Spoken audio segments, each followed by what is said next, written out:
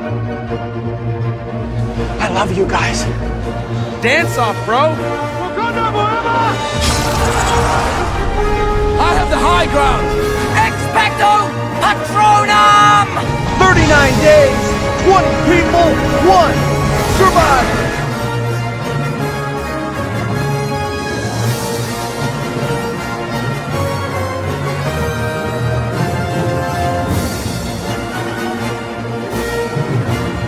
Tribe of Nerds. Hey everybody, welcome back to the Tribe of Nerds. Kevin, Will, Pirate Sara, and I are back, unfortunately without Cameron this week, but we are here to talk about the X-Men franchise. So with the X-Men, we have to start with the first movie from 2000. So the critics score was an 82% and the audience score was an 83%, so pretty even across the board. And the box office was 296.3 million, which for 2000 is probably pretty good. So yeah, let's get into it. So what are your guys' impressions of the first X-Men movie? Let's get Wolverine's opinion on this shit. Yeah, let's get our might as Wolverine. well start with clearly Wolverine himself. We've moved on from Pirates to Kevin's home videos now. So That's fucking Badger. Listen, I have to sit here and look at him for the next hour and try to take him seriously, which I don't anyway. But like, this just makes it so much worse. Like, son of a bitch. now you know how it feels to look at you with your stupid pirate shit every time. Okay, but Skull and Bones are cool. Kevin, This is God cool damn it. shit. It's really cool. I just can't. Like, can you stand up? Can we let everybody get Look. It's a full fucking suit. Yeah, and he'd flex. Yeah. Okay, see, point proven. What a jackass. I do have yellow tights and a blue little Speedo that I can put over the tights so I can really complete it for like a full costume effect. Oh, for when you get kicked out of Hearts. Perfect. Boom. All right, well, Kevin, what are your thoughts on X-Men 2000? I grew up Well, on clearly. the 90s cartoon, right? The 90s cartoon. And this was like, at the time, listen, I don't know if you were even born in 2000, any of you. This was so good. Like, this was like taking everything that we had watched and like as good as possible, putting it on the big screen in live action. It was just like, oh, like light shining down. It was amazing. I loved every second of it. Rewatching it now, it's still great. I love it. Yeah. Will, what about you? I don't know if you were born in 2000. Dude, I know you're like 400 years old, but I'm not no child. I guess compared to you, maybe. Dog, I'm 26. I was around for that shit. So, I'm rewatching it. I seen the old school comic booky feel they like to put on the movies early on then, and it was great. It was really funny. Honestly, like there's moments where I was just like, man, they really didn't take this serious, but I loved it for what it was. It was just it was an early goofy comic book movie, and I loved it. And it was definitely one of those things of they didn't know the gems of casting that they did. Yeah. And holy shit, I'm so glad that many of them landed that they did because they were just chef's kisses. It's crazy to think about it because the last like comic book movie before that was the really bad Batman one.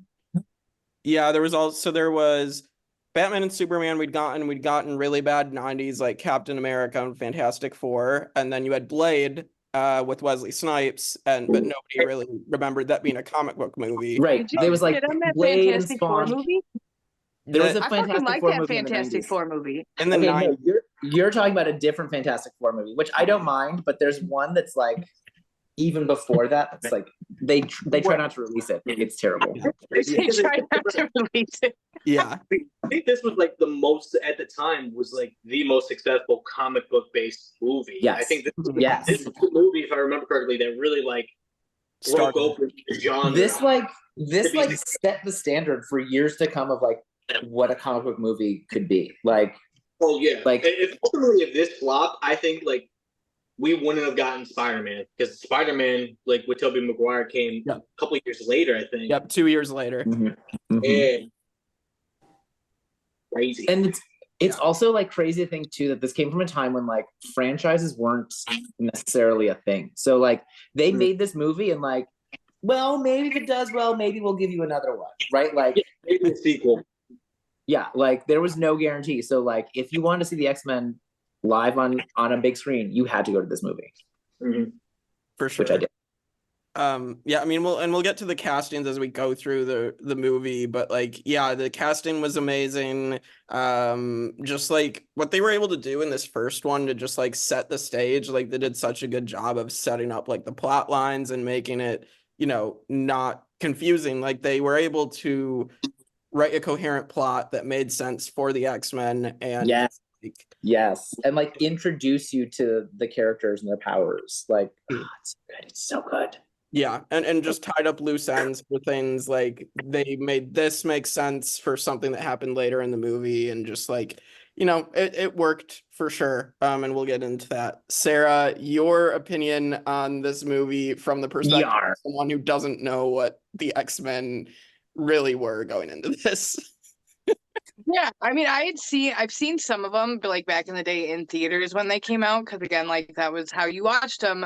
But it was never something I like got really into. I have seen some of the more recent ones, so it was interesting going back and just watching kind of like from a movie perspective where things started and how different like Hugh Jackman is now from where he started, kind of thing. And you know, because with this movie, like Kevin said, it was at this point it was one of the first times that these mutants were being brought to a film standpoint and released to like the general public. And, you know, so it was a big leap. Either they were going to like it or not, you know?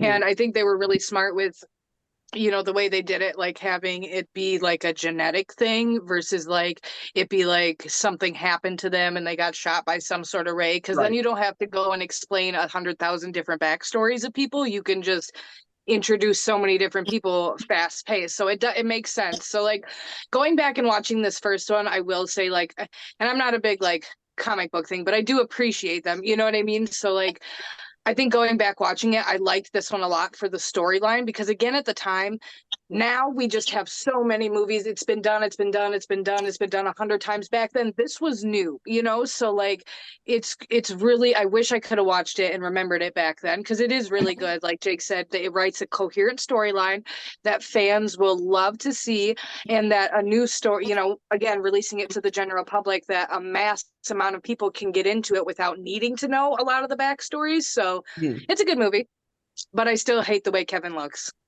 No movie scores ever to change that. All right, well, let's get into breaking down the movie from beginning to end. So of course we have to start by talking about the memorable Magneto Holocaust scene, because this explains everything you need to know about Magneto's backstory.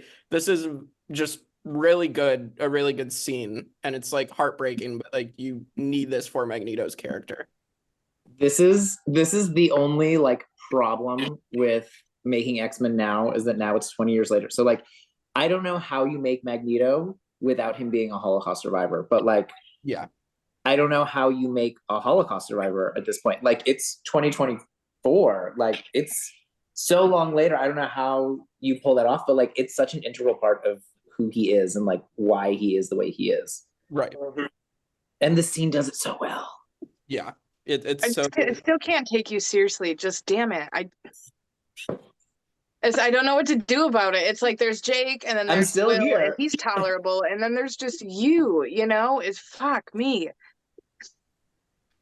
All right, let's get back into the seriousness of the Holocaust, because that was just a weird thing to go from that to Sarah joking. Kevin. Listen, Sarah. Sorry, I did. If you said something about, I couldn't listen. It's his man. He's so fucking distracting to me right now. Like, so I mean, you know. All right. Well, I don't know what to do. Your thoughts on this scene? It's so crazy that you start off with such a horrific time in history, and it's like Kevin said, it's such a crucial thing to Magneto's character. no matter how you want to interpret it, Magneto, you can't change the fact that he's a Holocaust survivor, because it's literally the whole crux of his character is he's the man who surviving not one, but essentially two different types of genocide on who he is as a person. First time was Jewish, and now he's living through another era where, because he's a mutant, it's such crazy, and it's very dark, and Magneto is a sympathetic villain done right.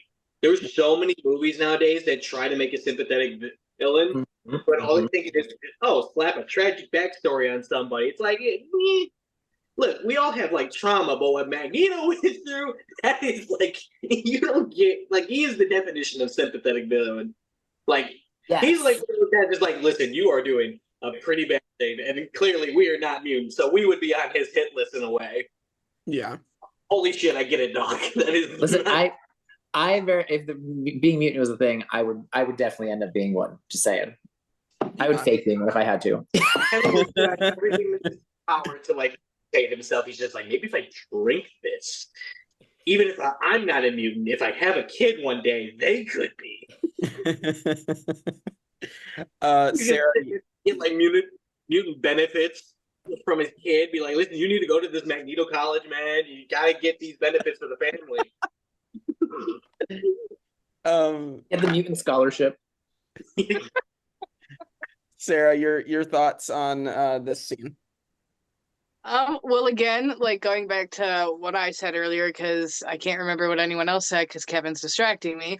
But it is like, again, this being one of the first films of this magnitude out. So coming out with a scene like this, they were really going for it. It was either really going to work or it really wasn't going to. You know what I mean? So, because people are still like, on the fence about like 9/11 jokes, so it's like there's a very fine line of like what's okay and what's not okay. So like the way they did it, I think it was done properly.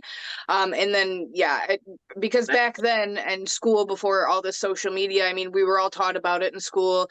I believe we probably all watched the the paperclip movie, what they did about all the paper they put. Like they put all the paper clips of like people who perished in the Holocaust, like in like a big tub or in like a train or something. And it just like goes to show you like how many souls were lost. So like, I don't know, it's something that I learned about a lot in school. So again, 20 years ago, putting that in a film, it was like, okay, yeah, like I know about that. I know it was bad. So yeah, I think it was done good. And again, it just speaks to the magnitude of his character. So yeah, it was a good opening scene. I just fucking hate Kevin so much. You're gonna get a comment on it every goddamn time. We're trying to get us to play in a mini together. I cannot. Look at him. I don't know what you want from me. It's fine. I'll be the mediator between both of you. Yeah, exactly. We're gonna have to. Yeah, I do not want a one-on-one with Kevin. I will only have a chat with us three, and I will only talk to Kevin if you're there, Jake. That's it. Jake has to go. ... Again. I am safe, thank God.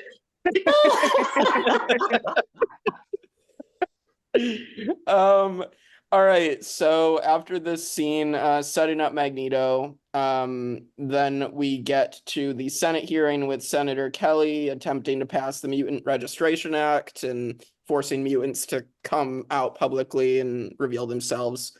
And you have Jean Grey there, and then you have the great Charles and Magneto conversations. So we'll just group those together, and you get Patrick Stewart and Ian McKellen, which are just fantastic casting choices. So let's talk about this scene. Listen, that's like, it's crazy that is 20 years ago, and they're talking about a fictional situation, but like so much of the rhetoric is still like being repeated in different ways today, which is just like goes to show the timelessness of the X-Men and like how the allegory that they are just like applies throughout history to different groups of people. It's amazing. It's amazing. But yeah, like poor Jean Grey, like standing there just like trying, and then you have Senator Kelly just like being the asshole, just like twisting everything she says. Yeah. Well, he'll get what happens to him. So he gets his comeuppance. Yeah. So was trying to think what the word was. I almost said cupcakes, but it's probably not. Cupcakes. Oh my god. Will, your thoughts on the Senate hearing here? It's again, like Kevin says, it's just like a timeless like theme and like allegory that can just be applied to many different groups of people, so it's always relevant. And but like it's like an intense thing because I think it's also because like Jean in this is like older, like because like when I first got introduced with X-Men, or at least one that I can recall consistently, X-Men Evolution, and in that iteration they were teenagers. So like watching this, I was like, oh, Jean is a full-on adult, and that's what they are essentially in the comics for the most part. It's these adults. So, but like still, like you put any adult in that situation, you're trying to speak on behalf of like a whole group. They're just now trying to get a footing in this world, you know? And it just like, oh man, if you had like issues speaking in front of publics before, can you imagine if you're trying to defend the rights of your just own existence? Like, that is crazy. But like the real, like, it's a good way to set the tone of like what it like for this movie. This movie is doing a good job at just setting the standard of mutants are just not welcome. You get it right off rip. Like being a mutant in terms of society is not a good thing. Yeah. It's definitely topical, and I feel like that it's like what Marvel is supposed to be. Like, I mean, it's supposed to speak on these issues and specifically the X-Men, so they did such a good job of this. Sarah, your thoughts on this scene? Oh god, no, I there's nothing I can really say that hasn't been said. I agree. It's applicable to so many different situations. And again, history tends to repeat itself, and that's why it's relevant today. It's just people are fucking dumb, and Unfortunately. that's about all you could say is they're fucking dumb. You can put it right in their face about like, look at this situation in a made up world. Do you look stupid, or like you can see they're scared or whatever, so you feel for these people, but at the same time in real life you're shunning this group of people. Like it does. It does. It makes complete sense. And just Kevin is stupid. And we could shun Kevin. Kevin at all times is fine. But yeah, and just like then you have the conversation in the hallway between Magneto and Xavier, and just like so the fact that you immediately get to know these characters now, who they are, and just like their beliefs, and Magneto just hates the human race, understandably, for what has happened to him. And Charles Xavier is the one who just sees the good in everybody and is just, he wants justice to be done, but he doesn't want to do it in the way that Magneto wants to do it, obviously. So yeah, like Will was saying, it's so good. It's like so often the Marvel heroes are just like bad for the sake of being bad. And like I'm very much a Charles Xavier, but like when you're watching that, like you don't not get Magneto, even if you're not the Magneto. Even if you're not like that, like you still get that.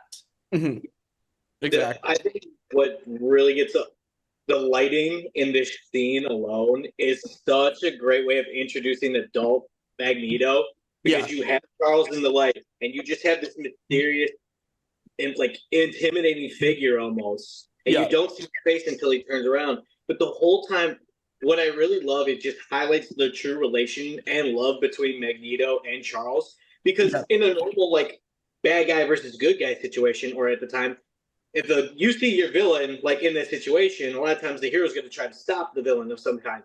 Charles is just trying to talk to him, trying to give understand. He's reaching out, and oh my god, and like you even hear like Magneto always referring to Charles as old friend, and like we'll see like later on in like the movies, you see the ultimate respect Magneto has for Charles, and I love. But like this scene or the moment where he's like kind of peering into Charles or like in Magneto's head, and Magneto's like, "What are you looking for?" And he's just, and all Charles says is, "I'm looking for hope, like that there's still some good in you." Yeah. And then all Magneto does turns around, he's like, "I'll give you hope. You just got to stay out of my way." Later, old friend, and he just dips, and then just, "We are the future, Charles, not them. They don't matter anymore." That's when you get like this nitpick of that is a man who's just lost in a way, or he's too far gone in that extreme. Yeah. I mean, he seems pretty reasonable to me. I don't know, whatever.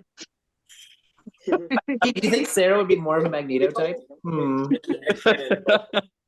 With the X-Men and like a lot of their iterations, they do a real good job. Or like what you develop is Charles and Magneto are the two extremes of both ends, and like how flawed both ends can be.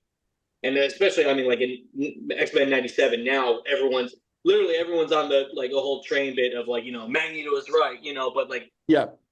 he was right, but at the same yes. time, people always forget it's like he also was like wrong in a lot of sense, and he opened the whole series with saying, "I was fucking wrong," like in a way, like he was trying to be better for Charles' sake. So everyone just kind of forgets that, but like they're like the two opposite ends, and essentially the X-Men, their role essentially is being your middle ground, your gray area of where your balance is meant to be. Mm-hmm. Exactly. Yeah, like you're saying, there are times that even though Charles is the hero, right? There are times that he does the wrong thing. Like there are times that he's imperfect too, and like that's one of the best parts about this is that like they're doing what they think is right for their people. Like but they will make mistakes, like as any person would. Yeah. Right. Yeah, like Kevin. Can you imagine how many mistakes he's made over the past 450 years? Like this outfit is not one of them, though. No, it really is. That one, the blow up dinosaur one, all the other ones you showed me in your walk-in closet. Like it is every Speedo you have. The Speedo.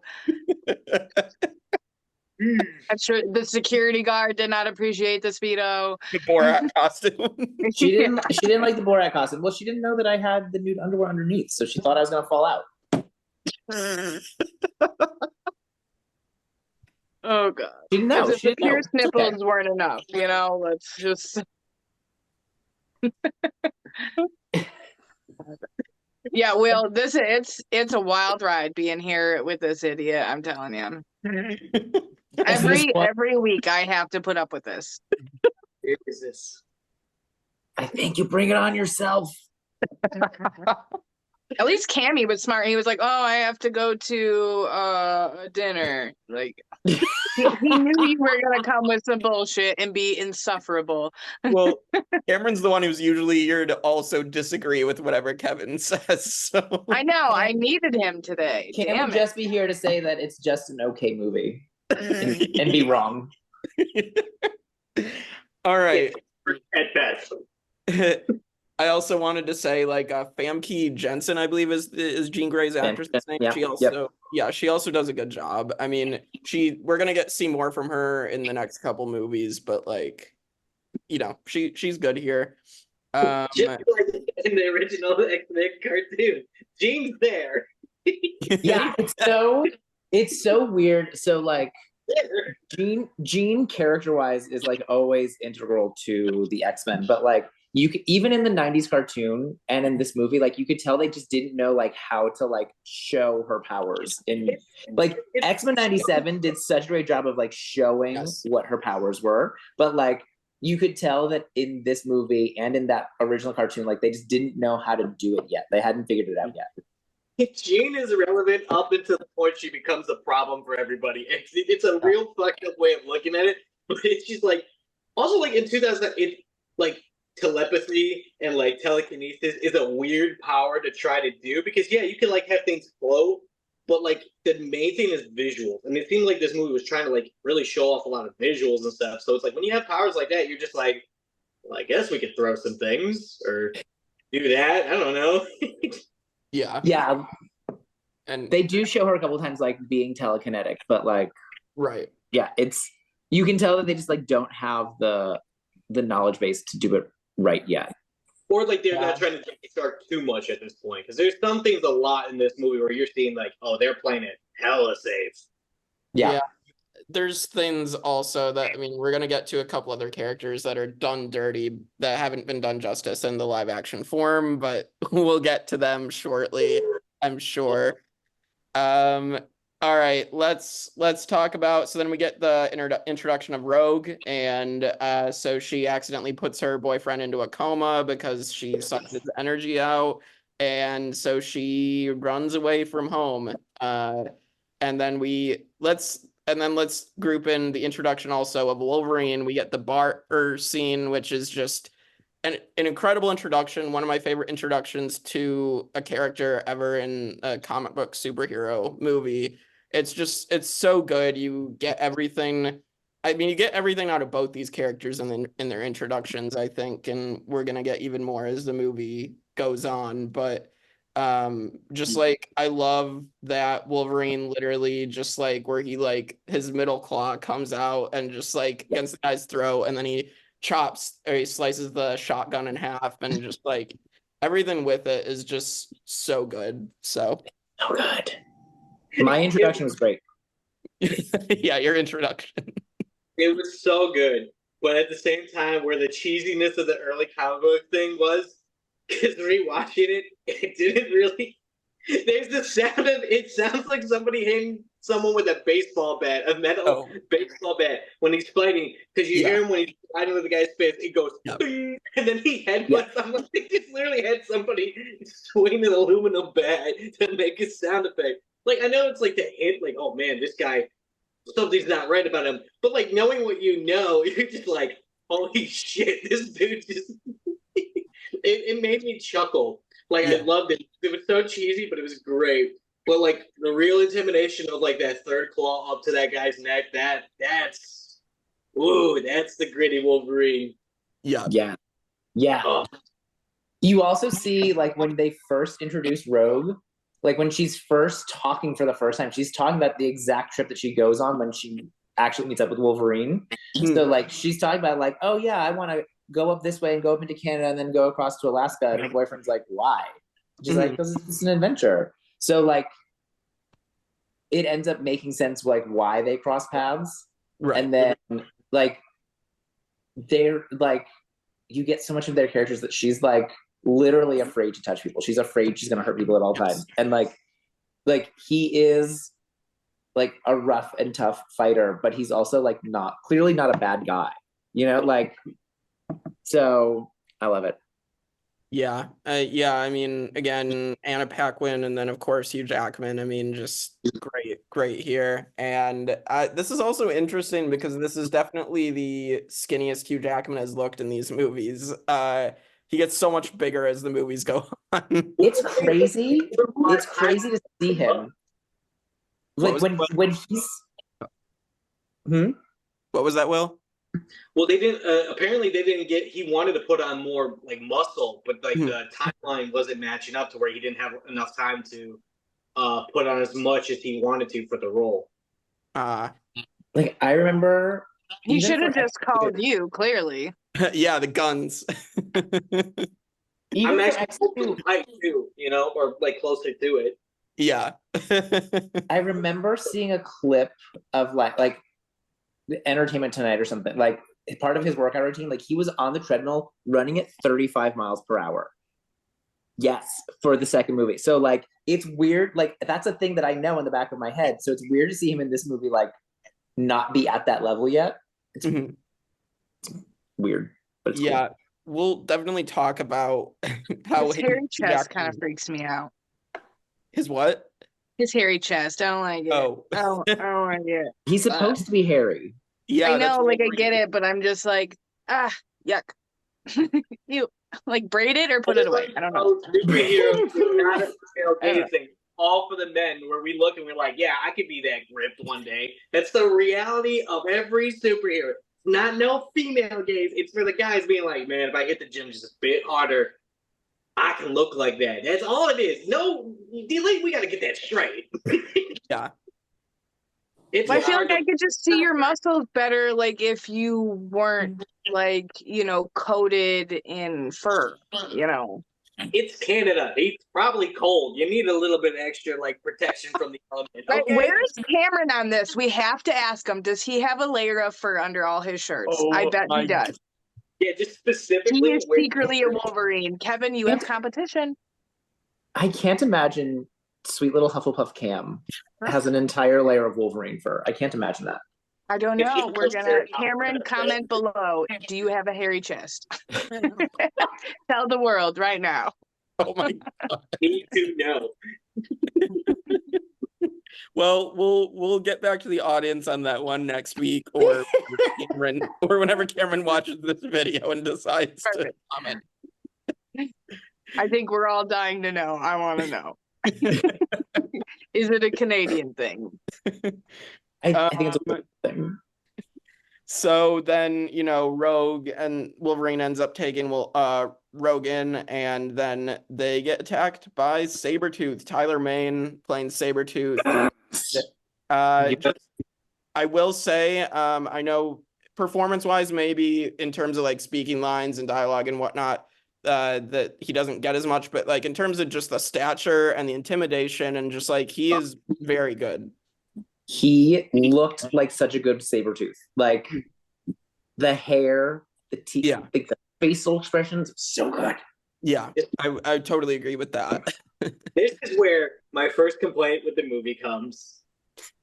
And it's not because of like the lack of speaking lines. I mean, that's like a running joke. It is what it is.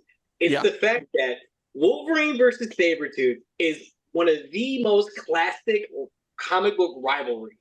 Mm-hmm. And this fight, just it was so glad.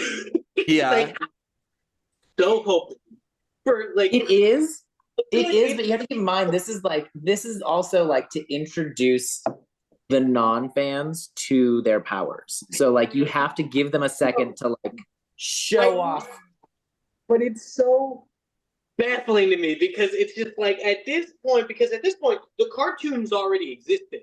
Mm-hmm. People there's like this like rivalry, like these characters are known in a way. Yes, it's to introduce things, but at the same time it's like just give us a gritty brawl in the beginning. I don't care who wins or lose. I just want to see a longer brawl. And Literally was here's a tree, hit you with tree, you're kind of on the ground. Cyclops comes in, he leaps away. I was like, that's the fight? Right. Yeah. Well, because we get the big fight at the end. So, like, that's true. Get it. I wanted a great introduction brawl in the woods, in the snow. Instead, I got tree, laser, gone. That's what it was. He did a roar when he leaped away. I was so mad. Will's out here just hard up for some, two males running around and fighting in the dirt. So Sabretooth is one of my favorite villains. And I was so excited to see him. And especially he looks like if like Bret Michaels and Lucius Malfoy's dad. Like that's that when I saw him, I was like, oh, is every rose has a thorn, or what are we doing here? Just jealous your hair is not as silky smooth as his, okay? Yeah. I mean, he had silky smooth hair. He could have shaved his fucking face. He's a embodiment of an animal. He don't need to shave. And again, he's old. He probably needs to stay warm. No, but it's like it's okay. That was okay with me because it was introduction. It's like it also was like introducing the mystery, right? So like that's a big part of the movie is like the bait and switch of like I was never after you, right? So like if they fight for too long and he doesn't go for Wolverine, like we figure that out too soon. So like I'm also okay with it. That's true. Yeah, I think the actor did a really good job. I mean, I guess like you could have seen for some more scenes, but like the actor they chose for the role too is also like he does a very good job at being like intimidating, even though the short time you do kind of see him there. And he's played a lot of roles in other movies and he is very successful at just giving off that very intimidating, scary, tall, like dark thing, so yeah, I thought it was okay. Will just really wants to see two guys rolling around. If you just go to Kevin's house, if you want to go to Kevin's house, like that's where you could see that. Him and Cameron will be there like all of Hearts weekend. Sabretooth almost at this point. Like if him and I went and we fucking wrestled, yeah, that's pretty much is what's gonna happen. Yeah, next time on the podcast, Will versus Kevin. Who wins? Yeah, I'll tape it. It'll be fun. I could throw like those little fireworks that explode when you throw them. Like I'll throw those for like effects. It'll be great. Yeah. Yeah. Perfect. He's wearing the tights, and it is frightening. Oh no. Oh, Kevin will come with the Speedo. He will come out wearing that, but less somehow. Kevin, it will be more, but somehow also less. Yeah. Ridiculous. Why is hold up? Please stop. Please no. Go take a shower. More costume, less imagination needed.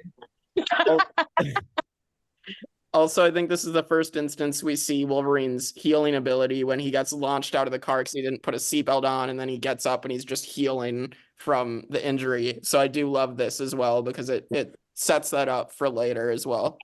It sets I mean, up besides Kevin, like, oh, what were you gonna say, Will? Sorry. It's like it sets up in every X-Men movie from there on. There's at least just one scene where it's just everyone needs to be reminded he heals. Think about it. You can think about it.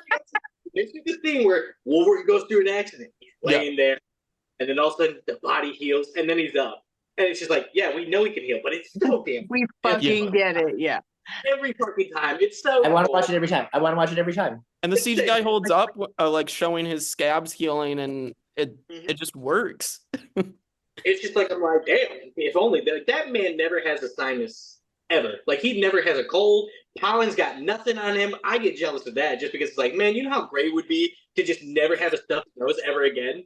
Oh like, my yeah, I do not get sick. Like, my little sister has allergies. She's sick like every other week. I don't get sick. I get a cold like once a year. So, well, that's because you're already dead. Thank you. Which is a whole other issue, medically speaking. But All right, so then we get the introduction of Storm and Cyclops, Halle Berry and James Marsden, and Halle Berry was so early 2000s. She was the it girl back then. oh yeah, like, yeah. I love her. I love her so much. Love her. Yeah, she was in that. What was that? That damn it, that was her in that Gothica movie too, right? Mm-hmm. Yeah, I like that one too. Obviously creepy, but yeah, yeah, she's a good actress. She really is. Well, in everything but Catwoman, but well, yeah, that's we're not talking. She's still hot, still 10 out of 10 would go, but like, yeah, movie not, you know. But yeah, no, I like Halle Berry as this. I just wish that I think her and Cyclops. We'll just talk about that, and I like James Marsden as well. But these two characters, they get very little to do in these movies. Like, yeah, horrible writing can clearly just fuck up a whole movie. Like, it's just bad, bland dialogue. Yeah, this is the worst of the writing. So they do end up, the movies in general do end up kind of sidelining Cyclops, but I don't know, like Storm. I mean, Storm is such like a friend of Wolverine that like she has a lot of throughout the movies. Like she has a lot of important lines with Wolverine.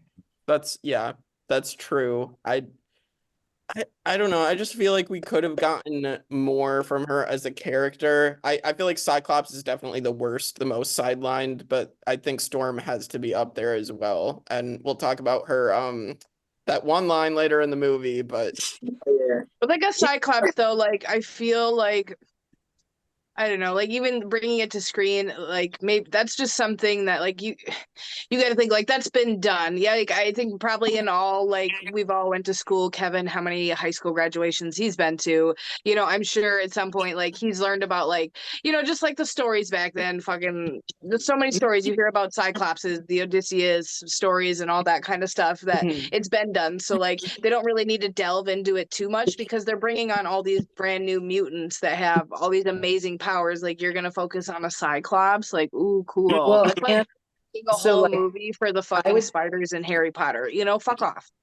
I would say too that like just in terms of creating their powers, like we're talking about 2000. So like yes, they had good CGI and like the healing, but like that was for a moment, right? Like it was like imagine in 2000 trying to like CGI that optic blast constantly and like the explosions it could cause. Like I understand why they didn't use it as much. Like they use the ones that are easiest to like create practically. Wolverine's claws, and you could use fans for Storm's wind. Like stuff that you could do, or like not that they did a lot, but like Jean can just like stop something in midair, so like you could just hold it there. Like if you blow up too many things with a red eye beam, like that's a lot in 2000.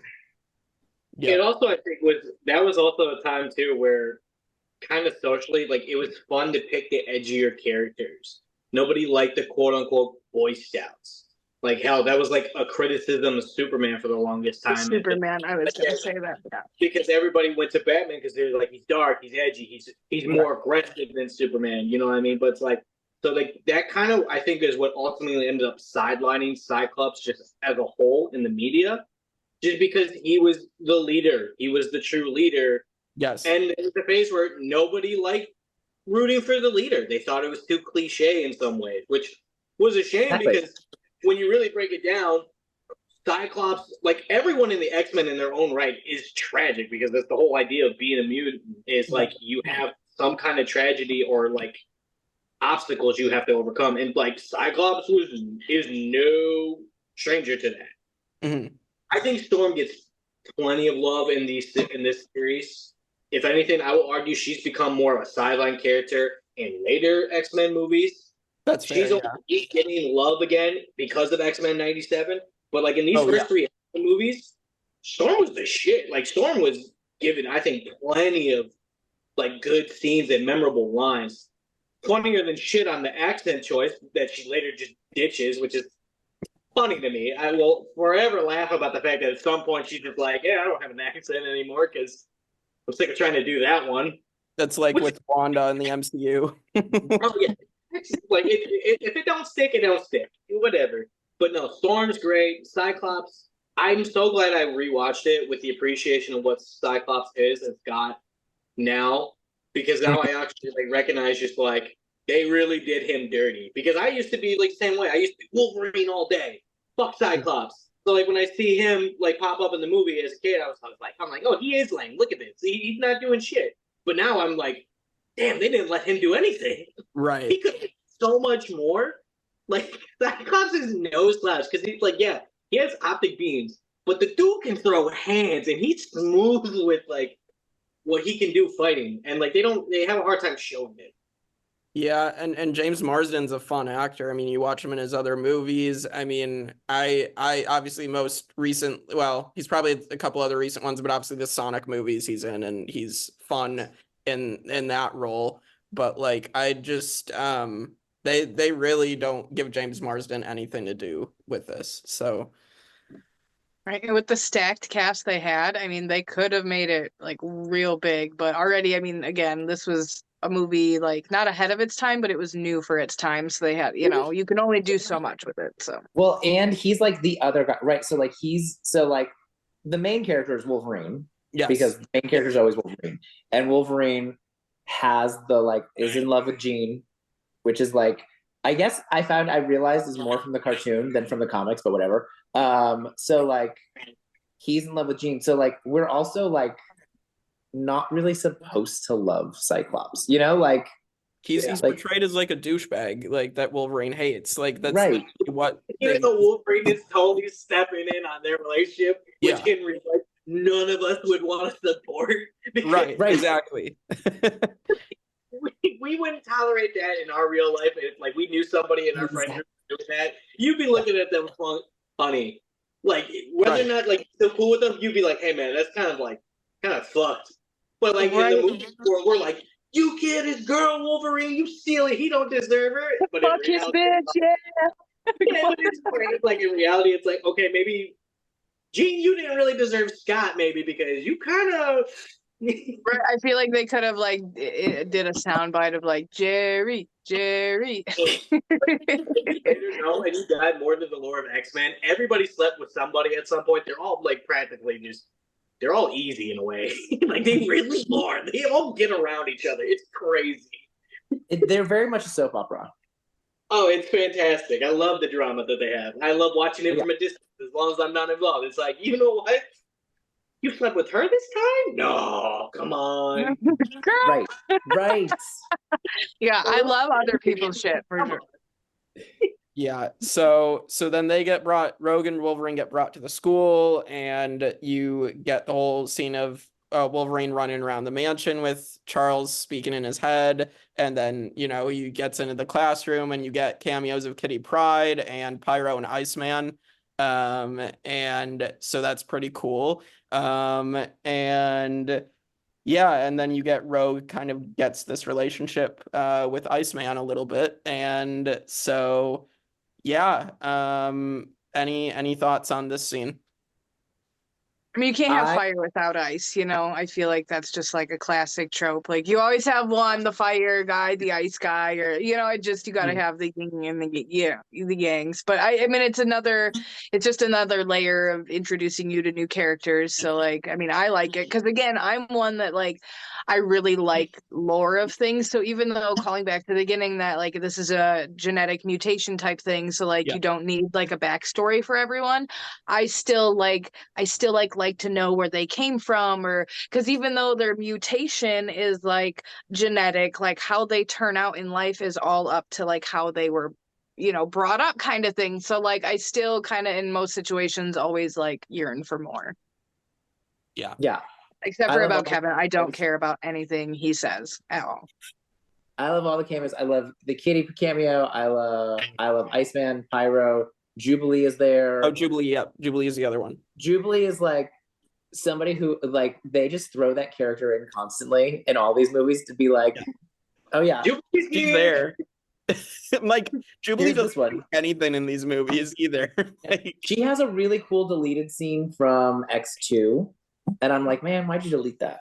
But yeah, like I loved all the I like when he's explaining the school and they show the kid running on the water and like the kid teleporting to play basketball with himself. Like, look. If I could have any superpower, I would probably want to be able to teleport because, like that movie Jumper, I would rob so many fucking banks, Brinks trucks. Oh God! You would terrorize Kevin every chance you got. Oh God! Every day, just like 6 a.m. Time for school, bitch. Pew! Like every day. That would require you to be up at 6 a.m. It's not actually probably early. I am. Oh, I am. Anybody wants to call me at 6 a.m., I'm awake. I'm not. You could teleport into my bedroom, throw water on me, and I would just be like, shut up, and go back to sleep for another hour. Damn alarm clock. I would just teleport and just bring a different cat like every time. So your house would just be full of cats by the time you got up. And maybe or a lion somewhere. I'll let you find it. Big kitty. I think it's fun. I mean, these cameos. I mean, Iceman's the only one I think of the kids in the classroom who obviously the actor stays around the entire time because the other ones. Which is that the same Pyro? I don't remember. I don't think that's the same Pyro. I think the Pyro we get that is coming back for Deadpool and Wolverine is in X2 and X3. I know he's in X2 and X3, and I thought it was the same one, but it might not be. And I know they've changed Kitty every time. Like the Kitty that gets a little cameo in this movie is different than the one that is in X2 and is different than the one that's in X3. Who else? I think it's the same Jubilee in 1 and 2. I think it's the same actress.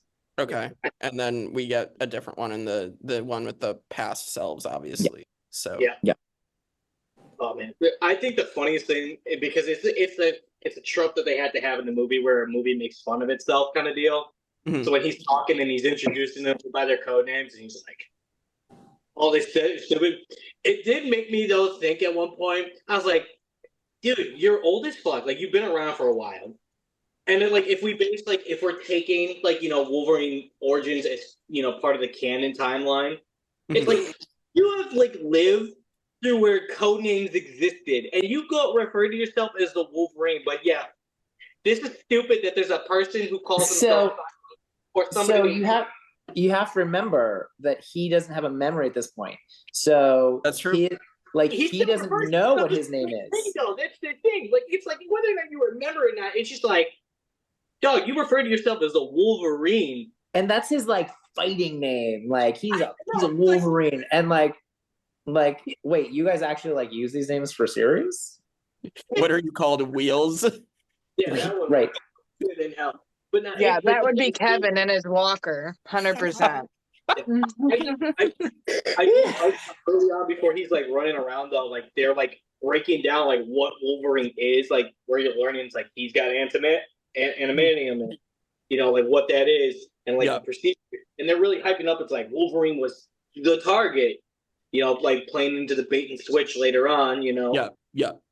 Like you know, they're like showing, and like the breakdown of them all going like, oh, damn, like and I think it's like a cool way of showing it's just like, because the thing that they like Charles was afraid of was mutant experimentation, and he's like, oh shit, like yeah, metal's not natural, but his healing is. So it's like you're kind of like learning more about like what thing or like what the world does to mutants, like different ways, like or like the humans will go, you know. Mhm. So I think that was a cool scene. Him running around, him just being a natural dick straight up to Scott, which is Yep. it is. I mean, he's kind of a dick to everybody. He's just a broody dude. It was funny, but I always loved that it just felt like of all the people he was being rude to, it's like he just has like an extra instinct to be an extra dick to Scott because he grabbed him. I was like, okay, listen, I get being a dick, but like, what are you trying to accomplish here? Yeah, holding him up by his shirt and just like, yeah, is he the only? Is it because he's the only dude that's standing? Because like he wasn't gonna do that, Charles. Because then you're pulling a handicapped person. Like he will go.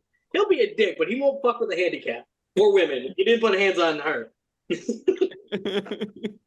honestly, if we're really thinking about it, in that moment, if he were to touch Storm in that way, Storm would have fucked him up. Like the Storm, like we know in comics and character wise, like Storm would have fucked up Wolverine, which would have been so hilarious to see. yeah. So then we get the scene of Magneto and Mystique. They take Senator Kelly. And you get Toad as well, who was played by Ray Park, who is Darth Maul in Star Wars The Phantom Menace. So this was like a year after he played Darth Maul. So yeah, we get this whole scene of they mutate. It's so good. Yeah, they mutate Senator Kelly against his wishes. Showing Mystique's like this version of Mystique that she's like scaly and like showing her transformation is so good. And her line, she is a villain, but when she says like, you're the reason I was afraid to go to school as a child. Yes. Again, like that, like sympathetic villain of like, yeah, like I get why this person's like this, even though they're the bad guy and they're doing the wrong thing. Like I get why they're doing the wrong thing. It's so good. And she's so good. I hope she comes back for the new Deadpool movie. It's so good. Yeah. Rebecca Romaine. Yeah. And like the way that's one of the characters that they like took and like made their own for the movies. Like, you know, she's not wearing the like white skull dress or anything. Like she's like basically naked, but like it's just the way they did it is so good. And she even has like a little like music that goes with it. It's so good. It's so good. Yeah. It is really good, and her portrayal is good. I mean, we'll talk about Jennifer Lawrence a little bit. Do we have to? Do we have to? We do. Leave my girl alone. Leave my girl alone. But yeah, no, this scene is just great. Yeah, and I mean, just like this scene again of mutating Senator Kelly and giving him like just being like, you know, giving him what, you know, his well, and we don't know what it is at first either. Like right. we just like he just powers up that machine, and then like it isn't until later that Senator Kelly goes to like look between the bars and he starts to squeeze through them, and you're like, yeah. Oh. Right. Oh. Right. Yep. And I mean, just like we also get the setup that this machine is the reason Magneto needs Rogue, is because it causes him pain to even work this machine. So, but even that, like the clue is there. I remember being so like in the movie theater when the reveal happens that he doesn't want Wolverine, he wants Rogue, being like, oh my God, of course. Why didn't I think of this sooner? Like, because the clues are all there. Right. That's just a well-written movie. So like you need to set it up and the breadcrumbs, and they do, and so it just works. Any other thoughts on this scene with Senator Kelly? Magneto just steals the spotlight anytime he's on the screen. Ian McKellen is so good. They have not missed a single casting when it comes to Magneto in any social media. I agree with that. I mean, we'll talk about Michael Fassbender as well, but later in later movies. But like, yeah, Ian McKellen is just so good. Like he's like he has understandable motives. He's well developed, and at the same time, like he also has the side of like the mustache twirly villain. But it still works. So like, what I love the most, it's not like a blind revenge, like where he's blinded, like in a way he's blind, but it's not just like I'm super angry and just I'm gonna yell at everything. No, he's pretty calm, he's collective, like you know, like well, and the plan to like I'm gonna change all of these world leaders into mutants, so they have no choice but to accept us, right? Like exactly. Like it's definitely evil, but is also like rooted in like oh yeah, I see why someone would do that, as opposed to some like comic book villains that are just like evil to be evil. True. That like from Spider-Man comic where he's fighting like the doctor who turns people into dinosaurs. He's like, you can rewrite DNA. You could cure cancer. And the dinosaur's like, but I don't want to cure cancer. I want to turn people into dinosaurs. It's like, man's twisted. They're just sitting there like, God damn it, I hate when Kevin says smart things. It seriously just like grosses me out just to sit here and listen to you spew like just nice things and heartfelt smart things, and like I just have to accept it, and like it's so gross. I'm glad she just focuses so much hatred on you, because that just means she just thinks about me so much. I love when someone thinks about me this much. I do all the time. I'm just like, God, what could I do to ruin Kevin's life today? You two should already Oh my God, I did some shit on his favorite movie. Things are like, even like what Kevin even said, like with the Harry Potter things, I feel like a lot of things are like, even though it's a movie, whatever, I can accept it, but like some things are just like the situations like, oh, of course you couldn't, you know, you have to melt the fucking beam, and of course you have the guy that has laser vision with you, like the special thing for the special right person. So like I feel like some things I could be like, see, Kevin, your logic is stupid, isn't it? You know, but like I'll keep myself. No, so like, okay, so if you were only gonna make one X-Men movie, right? Like, because this is before franchises. You didn't get a 3-movie deal. You got a movie deal, and if that movie went well, then we'll consider greenlighting a sequel, right? So like, if we only got one, This was how that went. They were only gonna do this one. So if we only got the one, the X-Men we had to have. Well, we had to have Magneto and Charles. Like that's like quintessential. Yeah. And then for the X-Men team, like you need Cyclops and then Jean and Wolverine. You need them. And then like how do you not have Storm at that point when you have those other ones? So like those characters you had to have regardless. So like is it just convenience that the guy with the laser eyes is there? No, it's not convenience, because he was integral to the plot. Yeah. Oh, for sure. I was just using that as an example, like, you know, like battles or whatever. Like, you know, like I think it's, what is that one where it's like primarily fighting shit? What is that? Is that the Last Stand one? I think where it's like all shit. But yeah, it's fine, Kevin. It's fine. Yeah. All right. So then Kelly escapes, and so then he comes out of the ocean naked, and you get the Stan Lee cameo, which we should point out our Stan Lee cameos in as we're watching this now. We haven't gotten to do that in a bit. So he's the hot dog vendor, and so then so Senator Kelly then heads to the X Mansion, but we'll get to that later, because we get to talk about Wolverine's nightmare scene, and you actually get to see some of Wolverine's backstory, which is awesome. And then you get him accidentally stabbing Rogue, and then her absorbing his healing ability to save herself. Like it's just such a good scene as well. So good. It's very so convenient. Yeah, sure. But it was set up earlier in the movie. Like, I love to. Sure, no problem. Yeah.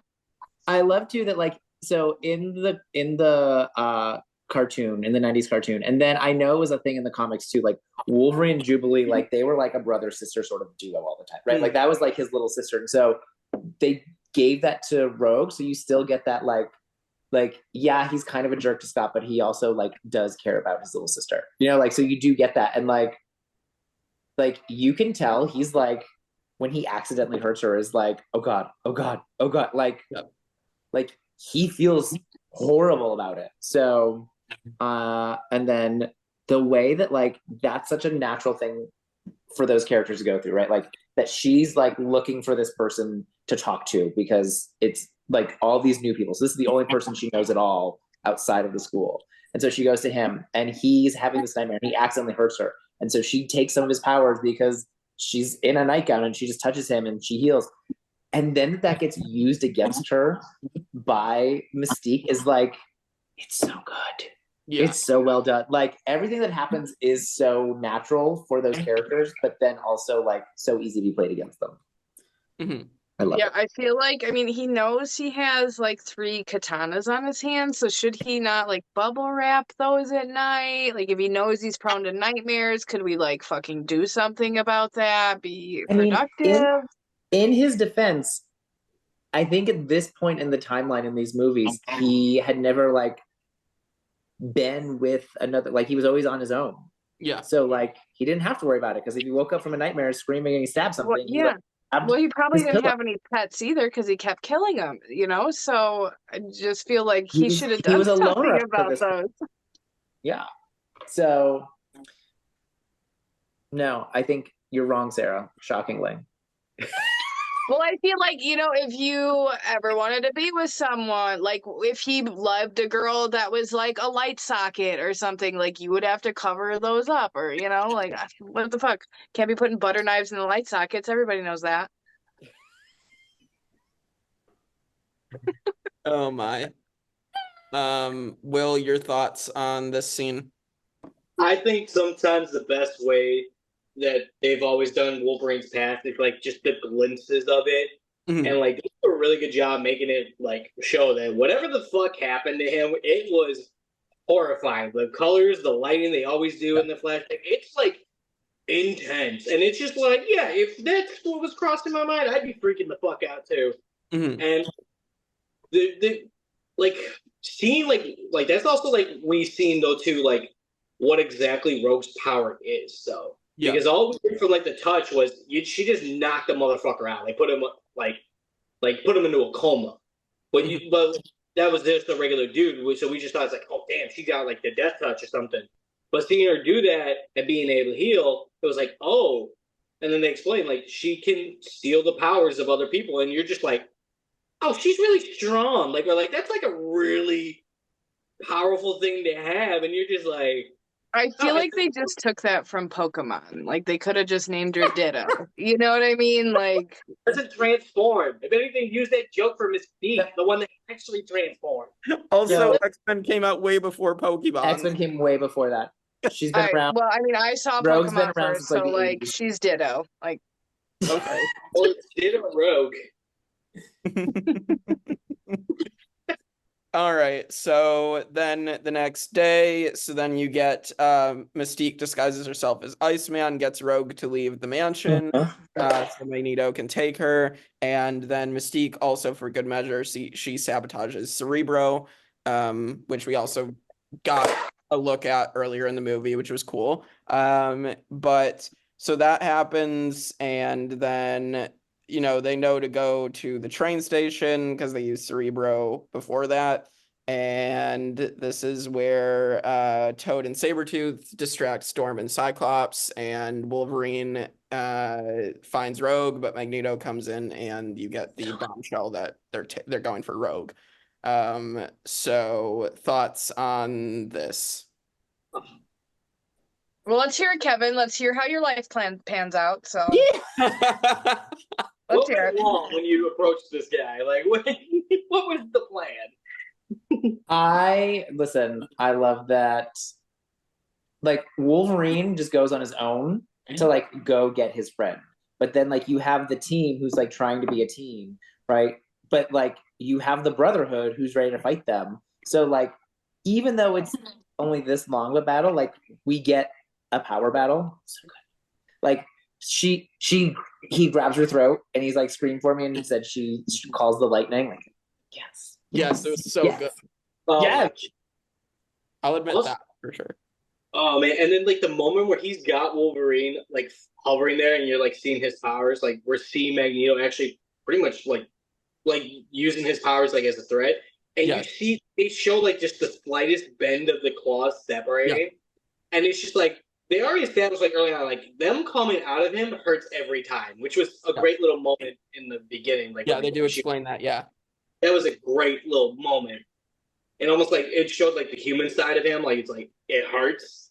Yeah. But like, just seeing him bend, and it's just like, again, it's just showing like how much of a threat Magneto is, and like really like how skilled he is, because he's like holding this man up, who like up to this point we've seen is just a fighter who's durable as can be, and Magneto's just sitting there, just like, you are nothing, and tosses him aside quite literally for the bait and switch of, you are not important, like you are not what I was after, and just throws them, and then moves on, and then we get to a great point with the standoff, Magneto, cops. Yep. Oh my goodness. Yeah. That scene alone is just fantastic. Yeah. Yes.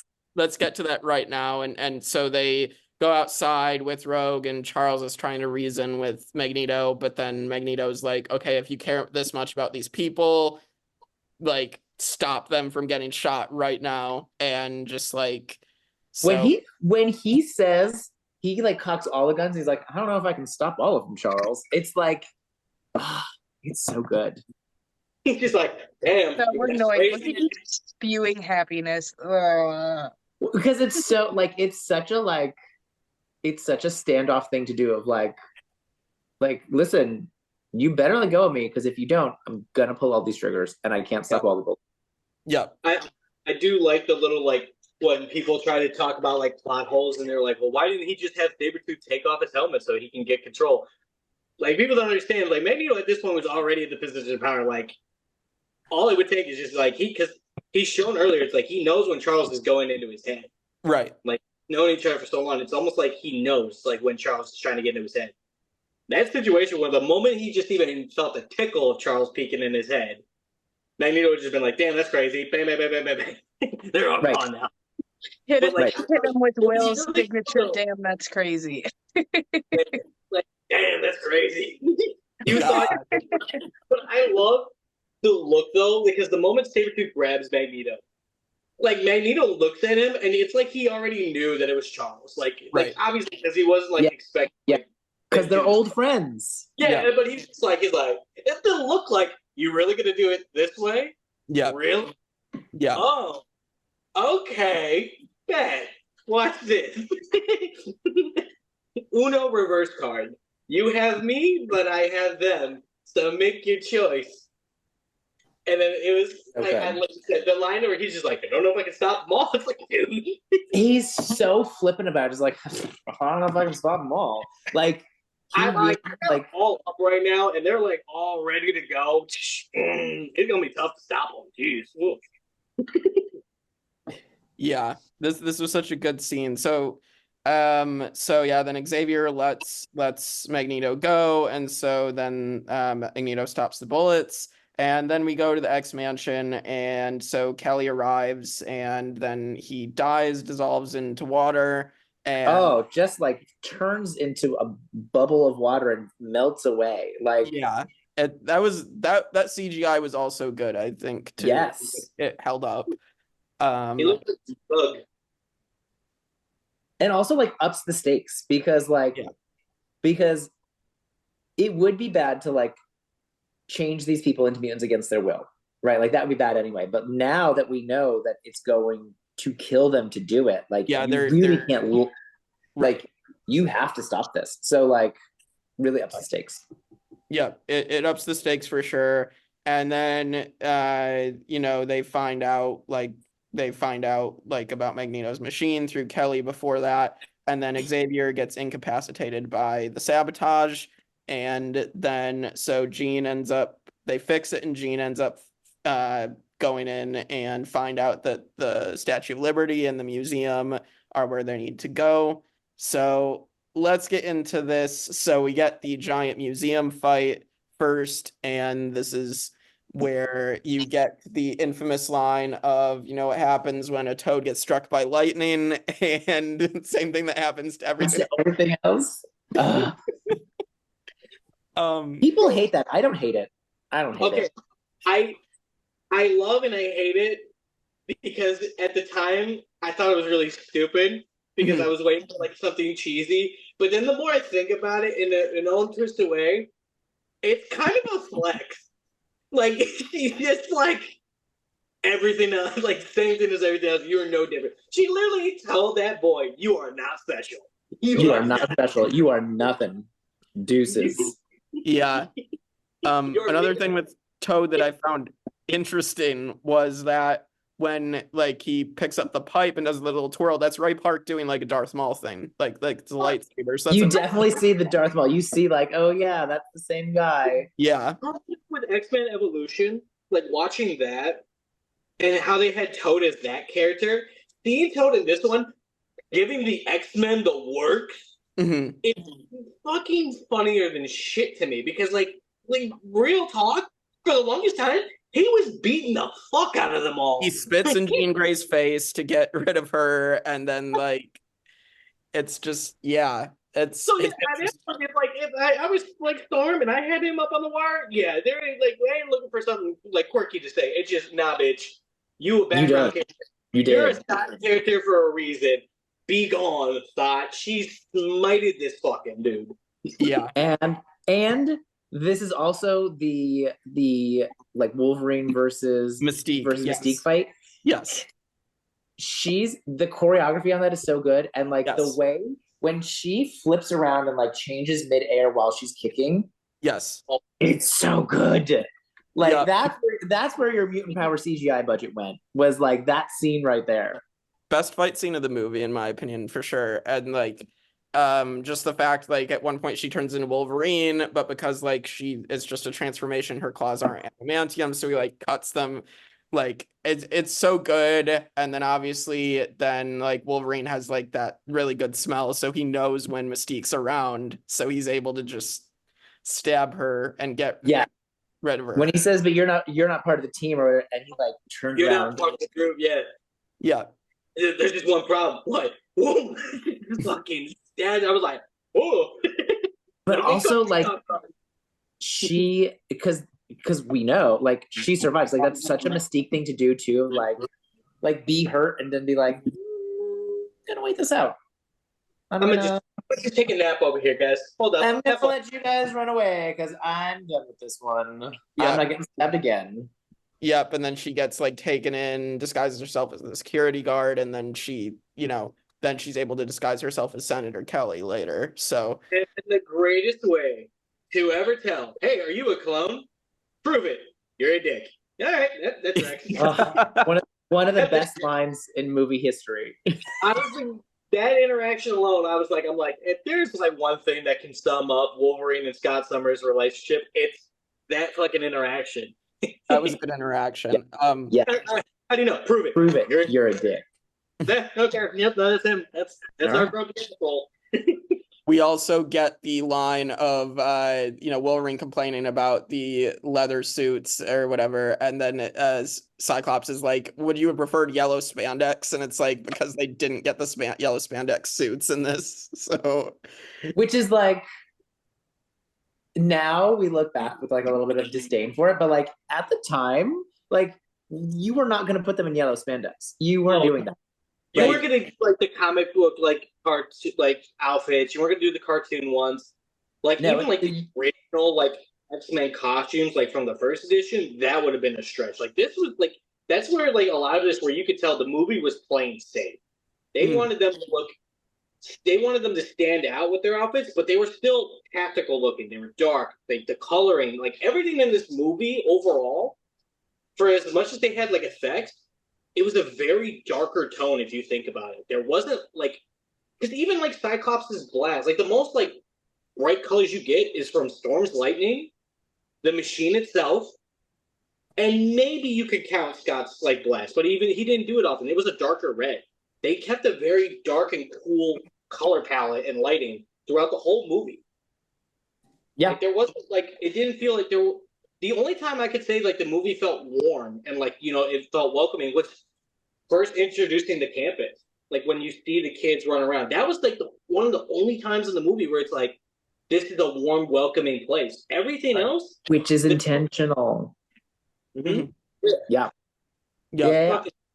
Great storytelling with effects. It's Fucking incredible. So, Sarah, I know you haven't said much on this, but any thoughts before we move on? On the Statue of Liberty Museum battle.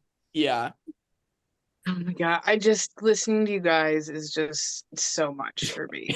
I would have to listen to you. I would have to watch it a couple times, but watching it for the first time, I mean, it is a good movie. It's a good introductory movie to the series. It just, from like the ones that I've seen later on that are just really bad, it's just like it just makes me sad because it's like there's only so many good ones. You can only have so many good movies when you make like so many movies like that in such great succession, like we saw with the Pirates movies. Like only the first like 2-3 were actually the good ones. So I mean, I think we said the first 2 because then 3 got messy. It turns out 3 is good in retrospect, but well, in retrospect, yes, but like in terms of we didn't give it the most glowing review either. So it's really just hard to take Kevin seriously. And are you going to be wearing that every week, my dear?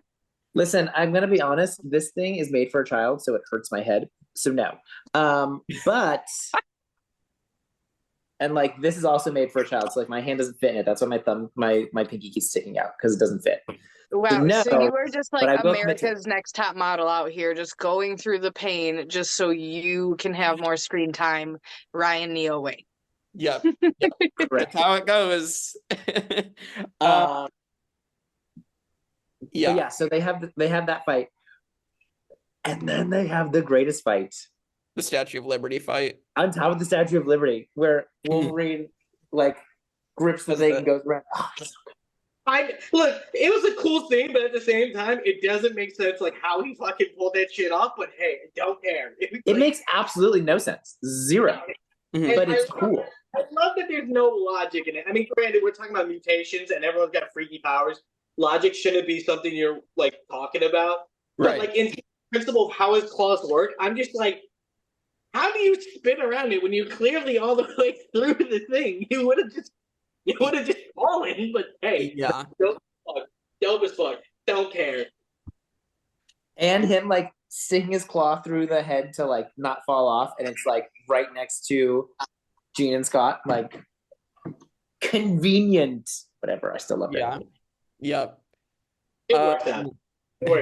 It worked out. All right, so then they save Rogue, get Magneto in the plastic prison that we're going to see next week and talk about how he gets out of that, which is really cool. But yeah, and then Xavier vows to stop him, and that is how the movie ends. So any other thoughts before we hit our rankings? Oh, man. Dude, it's crazy that like how much Magneto can steal this show of the whole movie, and in reality, like when you think about it with the whole movie, he did very little fighting. But like at the same time, it's just like he's just a threat, and I love it. The fight on the Statue of Liberty was a great fight between Wolverine and Sabretooth. That was like the brawl I wanted to see. I really dug it. I just wanted to see more because it is a really good rivalry. Thankfully, granted, in a shittier movie. Yeah, we get a very good like rivalry shown. Granted, shitty movie, but it is what it is. But I do love Liev Schreiber though as Sabretooth, but like fantastic. But this is if this was the only X-Men movie we'd ever gotten, it would have been like it would still like be amazing, right? Like yeah. It's a very solid just movie if this was gonna be the only one. So I think also what's really nice about it too, though, like when you think about it, it was at a time where like certain effects, certain themes was not like so common in movies. So like it was really cool to see because like if X-Men, like if they were to do the movie with an updated graphics but like the same script and such, it would not do well. It came out when it needed to come out, and it was a great way to really allow the comic book genre to thrive because it was great for other movies. Because here's the thing, up to that point, and I think I can confidently say, if you were not Batman or you were not Superman, you were not going to make it in a superhero movie. Yeah. You couldn't. Superman at this point is a staple. He is the first superhero Mhm. He is the one that started it all. Right. He is the benchmark. Batman is the ultimate duality to Superman, like what he later becomes. Because honestly, in the beginning, Batman is just a nighttime detective, essentially vigilante. There was real no. They eventually meet. I don't even know at what point would you really say they started getting tied together, because for the longest time they were like their own separate deal. Mhm. But like if you were not one of those two, you were not making it as a superhero. Like, or you were not taking it serious. You were not going to take it serious. If you look back, it's like there's Batman movies, and like the Batman movies like got worse when they tried to be like more like colorful and family friendly. So like you had Batman movies, you had Superman movies, you had the Superman show that was on in the 90s with Dean Cain, and you had the Wonder Woman show. Like those were like the successful like adult. And the Batman show with Adam West too. At that the way back when Adam West Batman show. So like So yeah, this was such a big swing. Specifically, like, well, at the time, Marvel MCU didn't exist because this was still technically this was Fox. Yeah, it wasn't. This was also Kevin Feige this is his first movie working for Marvel. This is how he got his start. So without this movie, obviously Kevin Feige, the MCU does not exist. Like it just doesn't. So like we said, Spider-Man I don't think would ever happen if this movie did not do well. Right. This like led the way for a lot of the superhero movies to come of like, oh wait, people will watch these stories about these types of characters. Right. Absolutely. Yep. All right. Well, so we aren't gonna technically rank this till next week because we don't have anything to compare it to yet, but X-Men 2000 is just gonna sit at number 1 for a week.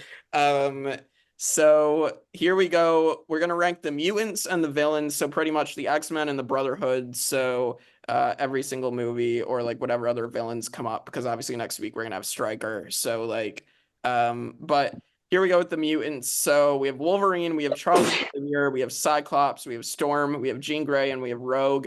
I mean, I feel like number 1 has to be Wolverine because it's clearly Wolverine. Yeah. No, I won't say number 1. If we're talking about wait, are we including villains into the mutants? We're talking about the movie, right? The movie version of these characters too. Yeah. So like would I put I would put other characters above Wolverine in general, but like for this movie. Okay. If we're talking about like this one, well, I didn't know if we were including the villains into this like list of characters. Yeah. This is the X-Men list. The okay, villains. X-Men? Okay, yeah, the next man, yeah, it's Wolverine. Yeah. Okay. He's the only one. He's the one with the most depth to him in the whole movie. Yeah. Right. Sarah, you good with that? I'm just gonna Pirate. Yes, sorry, I'm here. I just got outside. I'm sitting down. My fucking baby pooped. You're good. I agree. Whatever Kevin is dressed at is not number 1. Like last. All right. Well, you are outvoted because 3-1. All right. Of course. All right. So even if Cameron was here to disagree, we would still hold the number. I know. We would still end up, halfway. Just like, Cam. Why do you think I wore it? I'm so annoyed. I just like a villain over a hero, I guess. Well, we'll get to the villains We'll here. get to the villain. Back to the red flags. Like that's got nothing to do with us. Red flags. Hey, but those red flags are heart-shaped. Are they? I don't know about that. Are they? I Hey, feel like they're guys. sword-shaped, knife-shaped. Knife-shaped, yeah. All right. So then number 2. So we have Xavier, Cyclops, Storm, Jean Grey, or Rogue. I mean, Rogue gets a lot in this movie. She gets sidelined in other movies. So, I mean, we might have to move the rankings as we go based on that. But, like, I don't know. I'd probably say Charles Xavier in this movie is probably number 2. Yeah. Yeah. Patrick Stewart is just incredible. So, but yeah, Kevin, why didn't you bring your wheelchair, your walker? Like, I feel like you could have had a whole different costume. You should do that next week. Do that next time. Well, then Kevin would have to shave his head, and I don't think that's happening. I'm not shaving. Well, I mean, he could just put a bag over it. We don't have to see it. You know what I mean? Just halfway through the podcast, Kevin's just like the bag. there says it's like, man, Kevin hasn't said shit in like a half hour. Right? All right, so then number 3, I would probably say Rogue out of them, and just in terms of what her character is in this movie, how she fits in with Wolverine and the plot with Magneto, and so I would say Rogue 3. I would say Rogue. I would say of the remaining 3, I would say Storm next. Yeah. It gets funky. That's the one thing that really honestly does kind of bother me about this movie specifically. We know why, because they marketed and they played it to their strengths. They knew Wolverine was going to be the biggest hot commodity to grab attention to. And they did it right, following along him more. But it's just like, it sucks because the X-Men is a good group of so many characters. And it just sucks in this movie, like, how hard the development really falls off once you get past Wolverine. Like, it is a drop, and that is, like, honestly kind of a downside to this movie that, like, it's one thing to play to your strengths, but at the same time, it really felt like they didn't even try to make these other characters that interesting. Or, like, give them something. They give them maybe, like, snippet moments. I hear what you're saying, but I think that they tried as much as they could with the limitations they had at the time. You know, like now when we want to show Jean's powers and we want to show everything, you know, light up blue and like it float around, like we can do that. But like in 2000, could we? I don't know. And like, even if you're not showing off powers, because if you think about it, just adding like just a good level of dialogue in a sense, because Magneto, like I said, you see his powers maybe 3 times significantly in the whole movie. And even then, yes, you could technically count his powers for activating the machine, but it's not really what Magneto would be normally doing. But because he's so well written and well portrayed, it's hard to compete with Ian. But like in this, you still like feel like there's still something there for that character to work with. Like I would like Charles is another example. We see him use his mind powers like 3 times again, but because he gets very good dialogue and stuff like that. That's like the best way you could sometimes show a character what it is. If they were to show like Scott being more of a leader, that would be a good way to start off. All right, cool. We've seen his beams here and there, but he doesn't say shit. He doesn't do anything. There's no, for as much as this is a team, it doesn't even, like, it literally is just, like, it's just such a weird thing that goes on because, like, when they're fighting, they're all doing their own thing. Yeah. There's no coordination. Yeah, so yeah, but, like, also keep in mind that, like, this iteration of the team before Wolverine came was just Jean, Scott, and Storm. So, like, there wasn't much of a team anyway. Like, this movie is very much Wolverine, like, about Wolverine, which is, like, because Wolverine is always the most popular one. So, like, it's how they relate to him in a lot of ways. So, like, what is Jean's main thing is that she is Wolverine's crush. So what is Cyclops' main thing is that, well, he's getting in the way of Wolverine's crush. You know, like... Yeah. Well, the thing, though, like, the reason why, we're going on a tangent on this from the listing, but it just kind of dawned on me, like, if this was the first, like, screening of the X-Men, I could forgive it more. But we had a whole, like, 90s cartoon. Mm-hmm. I know, like, because, like, you're always trying to get new audience at the same time, but at the same time, like, you still try to, like, take from source material, and that's what they were doing in some sense. But we had, like, a whole comic where they've shown, like, Scott as a character. He is a leader. He's more than just the guy in between Wolverine and Jean. He is the leader. Like if you think about it, what did Scott do throughout the whole movie that like really like showed why Wolverine doesn't like him? Nothing. Because that's where like it's one thing to be grumpy, but like at the same time they made Wolverine just an unnecessary. There was nothing to be a dick about because it's like you're not even attacking his personality. He doesn't have a personality. Right. You're like you can't. Because Wolverine's grumpy. I wouldn't even say he's a dick, really. Like, he has dick moments, but overall, he's just a grumpy dude. But there's, like, no bitterness. There's no rivalry when you're arguing with a fucking piece of cardboard. Yeah, it's, like, James Marsden has a personality in other movies, so it's just weird that they didn't use it in this one as Cyclops. Like, but I mean, ultimately it comes down to like what downside of like ranking the X-Men. Like if you obviously like Wolverine's number one, you have a discussion of who like the second is, maybe like kind of, but if it's not Charles, it's like who else you gonna put it to? But like also like I don't know, like I don't disagree with what you're saying. I just think that like if they did that stuff for Cyclops, it comes at the expense of other things that I don't think they were willing to sacrifice. You know, like so what would they like sacrifice though? Because it like if they like, spend more time making Cyclops like the leader of the team, it has to come from somewhere, right? So like it has to come from the story or it has to come from somebody else's character development. So like well, that's the thing though, like where I'll disagree with that is like they talk about it, it's like this is a team, and like you said, they were a trio essentially beforehand.